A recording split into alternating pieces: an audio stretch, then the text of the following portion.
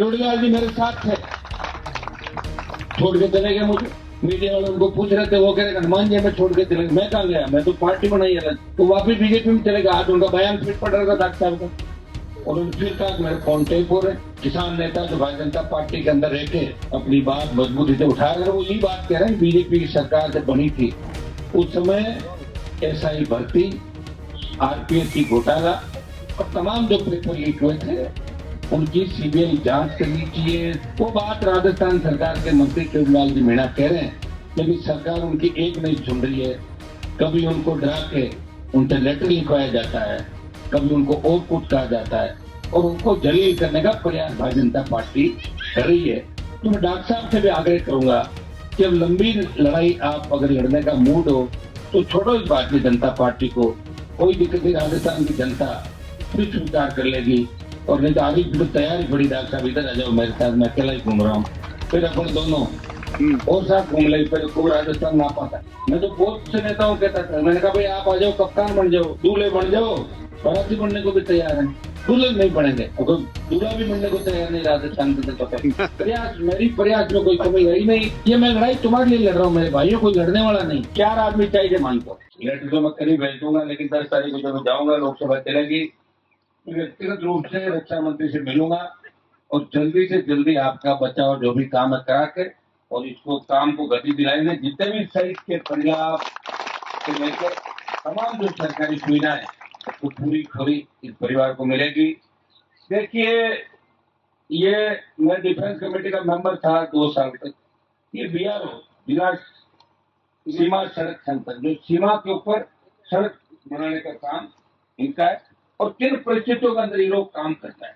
तो ये आर्मी से कम नहीं, आर्मी का ही एक हिस्सा कह सकते हो। तीनों सेनाओं के अलावा अगर सबसे संघर्ष भरा काम है तो इनका बॉर्डर के अंदर जितने भी आप नाथुला बॉर्डर जैसे देखोगे, दूसरे जो बॉर्डर है हमारे लेह लद्दाख से, वहां अगर जहाँ रोड बन रही है, जिन विकट परिस्थितियों में पहाड़ी क्षेत्र के अंदर, बर्फीले इलाकों के अंदर जहाँ बीआरओ काम करो, जान हथेली पे रखते हो काम करा, वहां अंदाज भी लगा सकते हैं यहाँ भी कोई रोड निकल सकती है। तो इन्होंने जो साबित दी तो निश्चित रूप से हमारे कौम का सम्मान, इस जिले का, इस गांव का सम्मान बढ़ाया। और आज हालात ये हो गए कि शहादत के अंदर हम नंबर 1 है देश के अंदर।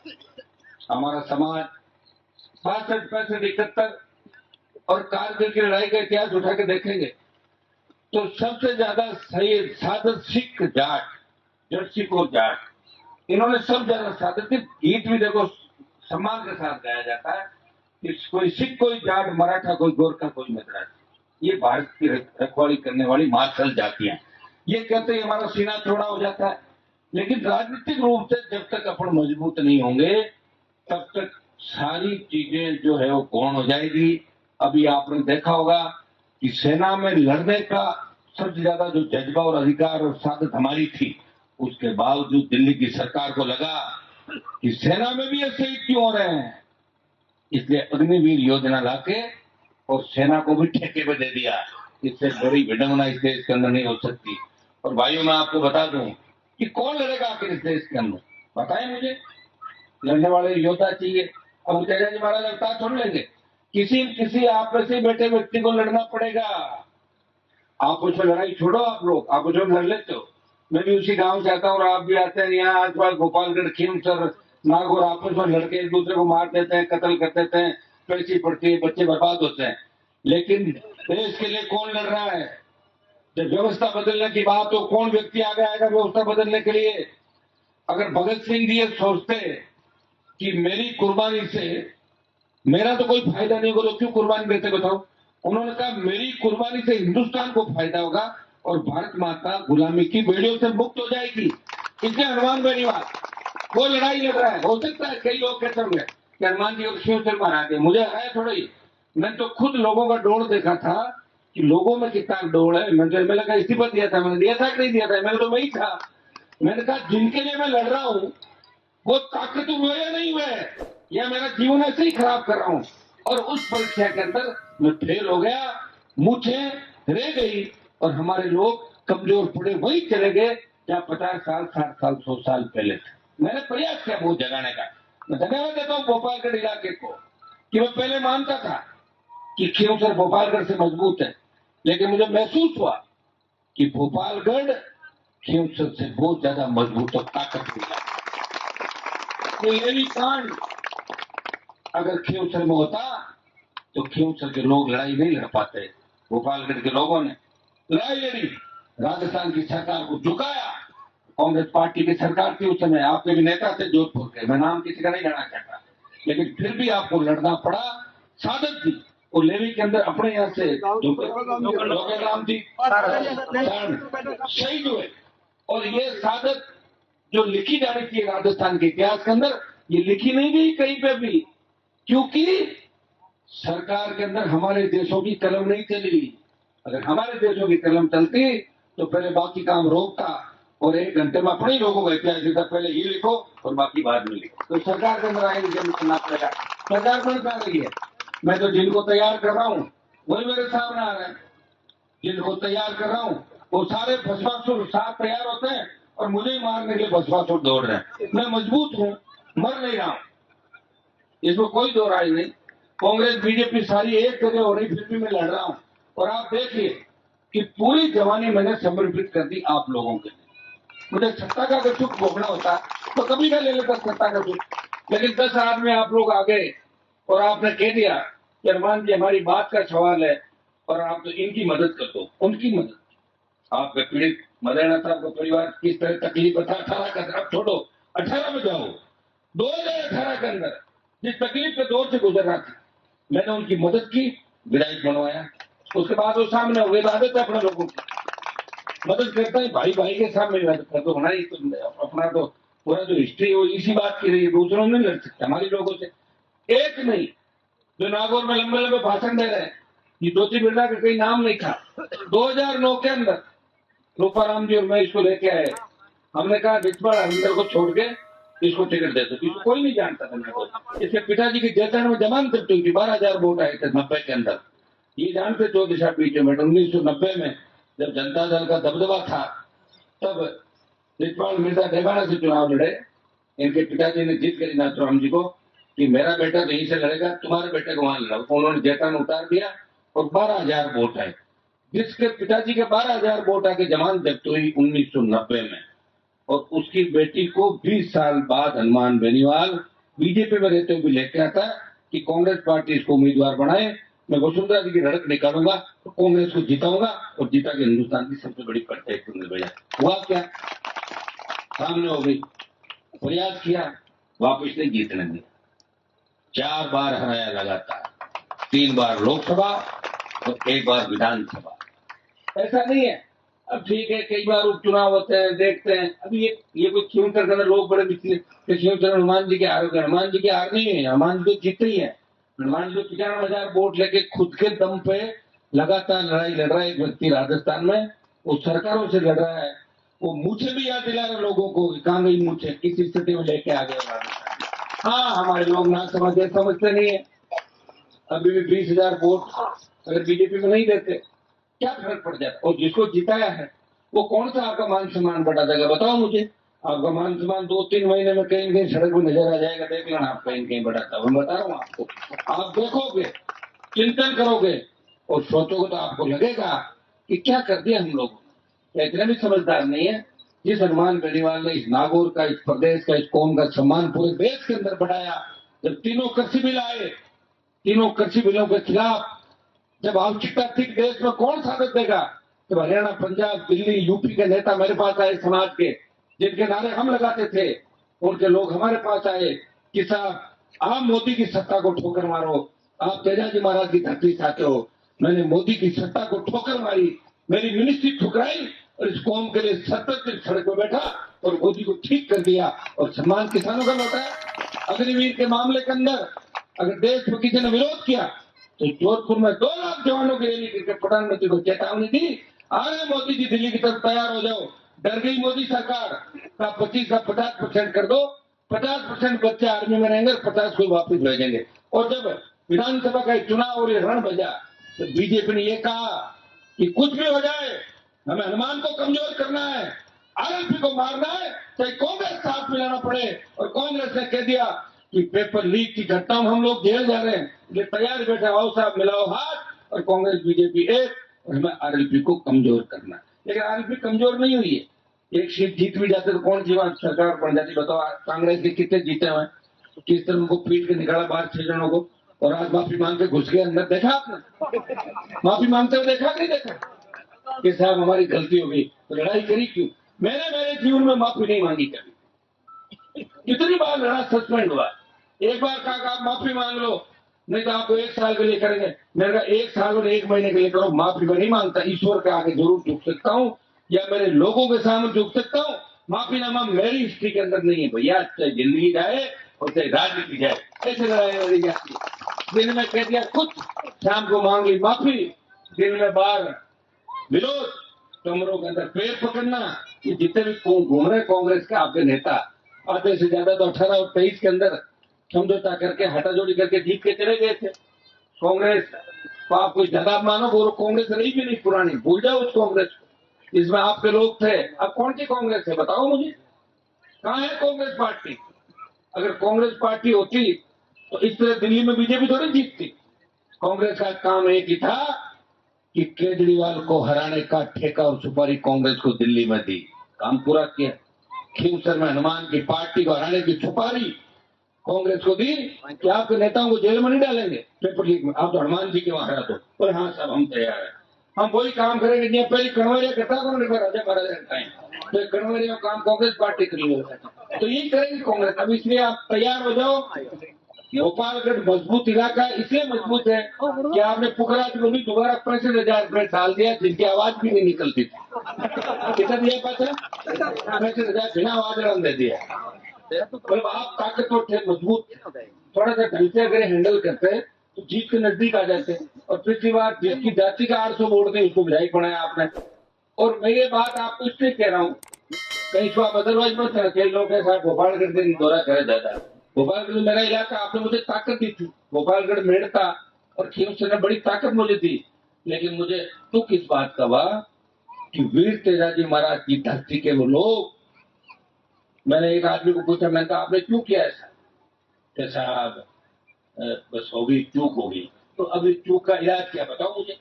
चूक तो कई जो हुई थी आजादी के समय, आप देख रहे हो आज तक बंटवारे से लेकर जो चूकें हुई, वही तो तकलीफ दे रही है।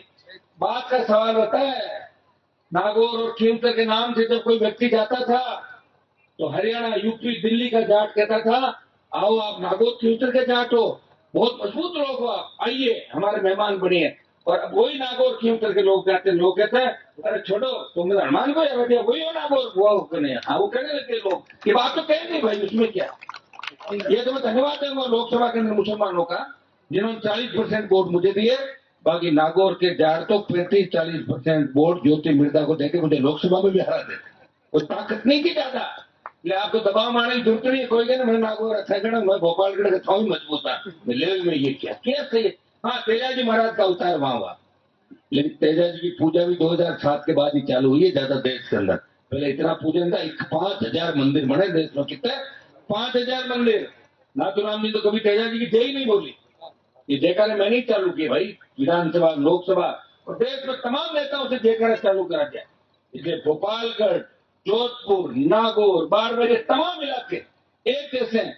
कोई ये कह दे मैं तो वहां जन्म ले लिया मैं मजबूत हो गया, ऐसे नहीं होता। हर समय के हिसाब से समय चक्कर चलता है। मैं मजबूत हूं, इसमें कोई दो राय नहीं। अब कोई कह दे कि हनुमान जी के आसपास पैदा हुआ हूं, गांव में और उस जिले में मैं हनुमान जी जितना मजबूत हूं, तो मजबूत नहीं हो सकता। क्योंकि जिस स्टेज में मैं खड़ा हूं, कितनी दुश्मनी है मेरी बताओ देश के अंदर, कितनी प्रदेश में दुश्मनी है।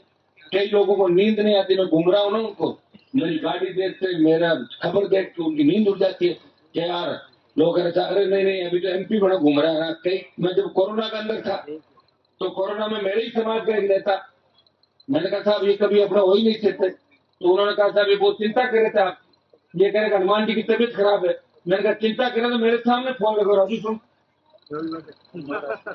तो मैंने कहा लगा फोन, तो मैं कोरोना के अंदर था, जब मैं जिंदगी और मौत के बीच जूझ रहा था, तो उसने हमारे समाज के बड़े नेता को टेलीफोन लगाया कि साहब हनुमान जी की तबीयत सही को नहीं, अरे वो मरी कड़ा आप बता हम चार भेगा और सही तो बता जीव तो को निकले बटू अरे मैं मतलब कुत्ता जीव तो निकलो अरे तो काट दी आ इसे दिए लो क्योंकि खुद तो कर कौन देगा खुद तो वजह गजन सिंह जी का मूर्तियां लगी है दादाजी की बेटा माड़ा तरह जाजा माड़ा पहले जगह पहले 3-4 जना कोर्ट में जाए जिमे 3-4 हजार लोग कितना 3-4 हजार लोग कोर्ट में जिमन गया और अपना समाज का जगह भाई साहब एक भंडड़ा 2-3 नागौर का जगह बड़ा नेता 6.5 फुट लंबा आजकल भाषण था जोरदार क्या मांगा अमेरिका में रीला चला है इन्होंने माड़ा पहना के कहा कि इन लोगों ने बहुत बड़ा काम किया काम पाई के थाने था लोगों ने मंच था ज्यादा काम करे तो आप अंदाज लगा सकते हो इससे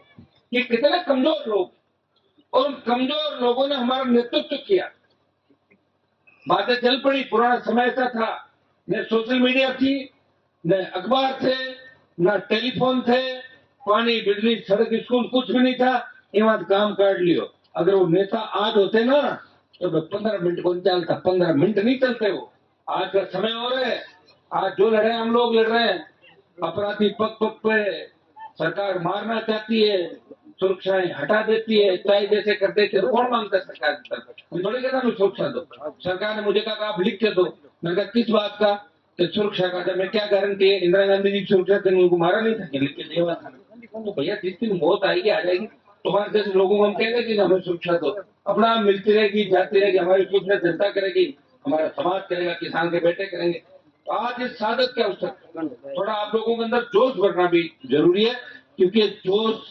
साधक का जो समय होता है साधक शहीद की मूर्ति का अनावरण होता है उसमें जोशीली बात करना आवश्यक है हमारी बच्चियां जो बेटियां बैठी है आज हमारे नेताओं की सोच अच्छी होती है तो नागौर जोधपुर बाढ़ में चूरू के इलाके पंजाब की तर्ज में बड़े हो जाते नहरी इलाके अगर होते तो हनुमानगढ़ गंगानगर के अंदर जाके देख लो धोरों में जब नहर आई हर घर के आगे फॉर्च्यूनर खड़ी है अपने हर घर के आगे फॉर्च्यूनर स्कॉर्पियो खड़ी होती अपने बेटे बेटे जर्मनी इंग्लैंड अमेरिका पढ़ते सोच खराब थी तो नाश तो हो गया उनका जिनकी सोच खराब थी उनका नाश हो गया वो बढ़ नहीं पाए तो इच्छा थी सेकंड थर्ड फोर्थ नंबर पे रहे नंबर 1 नहीं ले पाए राजस्थान के अंदर 1 नंबर की लड़ाई के अंदर भी नहीं रहे और मैं तो अपने आप को गौरवान्वित महसूस करता हूं कि मैंने पार्टी बना के देश में संदेश दिया कि राजस्थान के जाट समाज का एक बेटा हनुमान बेनीवाल जिसने राजस्थान के अंदर पार्टी बनाई और मोदी की सत्ता को ठोकर मार के अपने भाइयों के लिए देश में काम आया ये संदेश मैंने दिया और ये संदेश आगे भी मेरा जारी रहेगा आप चिंता नहीं करें कोई स्वास्थ्य में गड़बड़ हो जाए तो बात दूसरी है बाकी मुझे कोई झुका नहीं सकता इतना मैं विश्वास आपको दिलाता हूँ क्योंकि मैं 100% शुद्ध और 1000% ईमानदार व्यक्ति हूँ कभी जीवन के अंदर किसी को तंग परेशान नहीं किया और किसी की बददुआ नहीं वोट दिया नहीं दिया जो मेरे पास आ गया वो मेरा है मैंने उसका ध्यान भी रखा और तमाम दूसरी जातियों का भी मेरे समाज के साथ साथ तमाम 36 कौम को जहां भी मेरी आवश्यकता पड़ी आगे खड़ा मिला हाँ अगर मुझे किसी ने कहा तो मैंने मदद की और नहीं कहा तो भी कोशिश की भाई इस आदमी को न्याय मिलना चाहिए लोग तो जातिवाद का आरोप लगाते 10 तरह की बात करते हैं मैं उनको पूछना चाहता हूँ आप तो अखंड जातिवाद के अंदर डूबे हुए लोग हो आपको क्या अधिकार है किसी पर आरोप लगाने का अगर मैं जातिवादी होता तो पार्टी बना के थोड़ी चलता सारे लोग आज 36 कौम साथ है और समय जरूर लगेगा राजस्थान की परिपाटी नहीं है सारे भोपालगढ़ जैसे मजबूत इलाके नहीं है सारे इलाके मेड़ता की तरह नहीं है सारे इलाके और नहीं है जहां बदलाव हो सके लेकिन समय के साथ सब ठीक होगा और 28 के अंदर ये किसान कौम का परचम इस राजस्थान के अंदर ले आएगा मैं आपको विश्वास दिलाता हूँ कुछ कमियां जो रही सब बड़ी कमी नहीं जानो धन की कमी है जानो को जानो आप ये तो सोचो ये रुपए का चंदा भी नहीं कर रहा है कैसे चल रहा है 20 साल से सोचो कभी बैठ के घर में बैठ के सोचना कि सारी पार्टियां चंदा मांगती है बीजेपी हाथ फैलाती है कांग्रेस फैलाती है इलेक्ट्रोल बॉन्ड के नाम पे गाय के मांस का निर्यात करने वाले लोगों से चंदा ले लिया फिर भी वोट दे रहे और पैसे के दम पर आ जाते हैं वापिस लेकिन आपके भाई ने तो कभी 100 रुपए का चंदा भी आह्वान भी नहीं किया फिर भी चल रहा हूँ ईमानदारी से आगे चल रहा हूँ कहीं मेरी वजह से मेरी कौम के उंगली नहीं उठ जाएगा हनुमान की पार्टी ने ये कर दिया वो कर दिया पैसा तो मैं जब चाहे इतना इकट्ठा कर लूँ कि आवश्यकता नहीं लेकिन फिर पैसा तो अनसेंट इकट्ठा होगा आप जानते हो ऐसे तो होगा नहीं तो होगा तो फिर पकड़े जाएंगे फिर कह देंगे लो ये भी आ गया इतना ही टाइम लगेगा ना ये बचा बता ये भी आ पड़ा ये जो कमी नहीं ना लोग साहब, कम क्या होगी सीधा 18 और 23 कम में, जो 18 में जोश ज्यादा हो और 23 तक बड़ा भारत और वहां चले गए, समय कम दे पाए, देश की बात चली, प्रदेश की चली, संसाधनों की कमी हो गई, वोट कम नहीं आए, वोट 10 लाख आ गए, कमियां हो गई भाई। लेकिन अब की बार अपन सब मिलके नया बदलाव राजस्थान में करेंगे और मुझे पूरी उम्मीद है कि हमारी जो बेटियां, माताएं, छोटे भाई बैठे हैं, ये मैं लड़ाई तुम्हारे लिए लड़ रहा हूं मेरे भाइयों, कोई लड़ने वाला नहीं। काश लड़ने वाले 4 भी हो जाए राजस्थान के अंदर, 4 आदमी चाहिए मान को, 4 दे दो, 100 सीट है। एक ही हूं, चोड़ीलाल जी मेरे साथ थे, छोड़ के चले गए मुझे, मीडिया वाले उनको पूछ रहे थे, वो कह रहे हनुमान जी में छोड़ के चले गए। मैं कहा गया, मैं तो पार्टी बनाई अलग, तो वापिस बीजेपी में चले गए। आज उनका बयान फिर पड़ रहा था डॉक्टर साहब का, और उन्होंने फिर कहा मेरे फोन टेप हो रहे।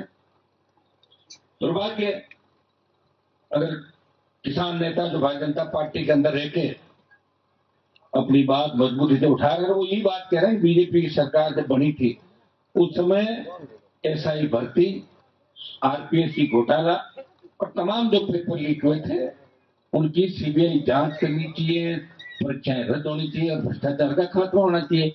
वो बात राजस्थान सरकार के मंत्री चोड़ीलाल जी मीणा कह रहे हैं, लेकिन सरकार उनकी एक नहीं सुन रही है।